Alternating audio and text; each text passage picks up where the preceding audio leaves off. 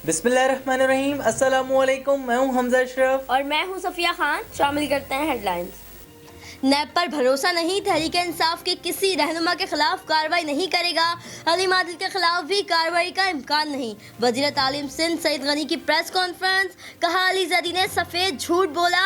हबीब जान बलोच के बयान ने सारी बातों की तस्दीक कर दी। कहा पीटीआई बल्दिया फैक्ट्री की जेआईटी को इशू क्यों नहीं बनाती जिसमें सब कुछ साफ साफ लिखा है।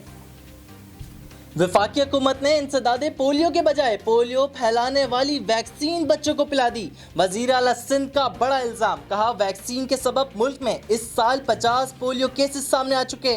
गुज़िश्ता साल गिलगित बल्तिस्तान में नाकाबिल इस्तेमाल वैक्सीन बच्चों को दी गई। ये मुजरिमाना फेल है। अद्वियात की दरामद में घपले हुए। चीनी स्कैंडल में भी अरबों रुपए अवाम की जेबों से निकाले गए। तहरीक इंसाफ का सिंध हुकूमत के खिलाफ करप्शन और रिश्वत लेने के इल्जामात, नैब जाने का ऐलान। फिरदौस शमीम नकवी की प्रेस कॉन्फ्रेंस, कहा तहरीक इंसाफ में कोई मिस्टर 10% नहीं, जो करप्शन करेगा वो पार्टी में नहीं रहेगा। हलीम आदिल शेख ने मनी लॉन्ड्रिंग और चाइना कटिंग के इल्जामात मुस्तरद कर दिए। कहा उनके नाम से सिर्फ 4 एकड़ जमीन है। मलीर में जो कुछ हुआ उस पर जेआईटी बनाई जाए। नैब ने बुलाया तो जरूर जाएंगे। एसएचओ शाह लतीफ टाउन ने कायदाबाद चौक पर ताजरों के खिलाफ इनकलाबी कार्रवाई शुरू कर दी। ताजरों ने दूसरी बार नेशनल हाईवे बंद कर दिया। एहतजाज के बायस ट्रैफिक जाम, गाड़ियों की लंबी कतारें। चंद रोज कबल शाह लतीफ टाउन थाने के 2 अहलकारों को दुकानदार ने मुफ्त गोश्त न दिया, जिस पर पुलिस अहलकार ने दुकानदार को तशद्दुद का निशाना बनाया। पाकिस्तान में कोरोना अंडर कंट्रोल, 1,65,000 से ज्यादा मरीज सेहतयाब। एक्टिव केसेस 86,975 रह गए। 24 घंटों में 20,211 टेस्ट हुए। 2,500 नए केसेस मुस्बत आए। 74 अफराद लुकमा अजल बने।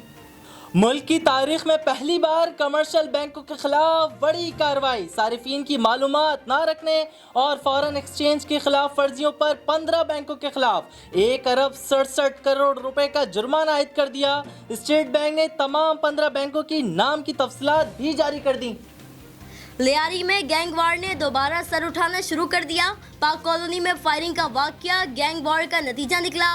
साजिद ग्रुप के कारिंदों ने नवीद ग्रुप के गैंगस्टर पर हमला किया। फायरिंग से एक शख्स हलाक, दूसरा जख्मी।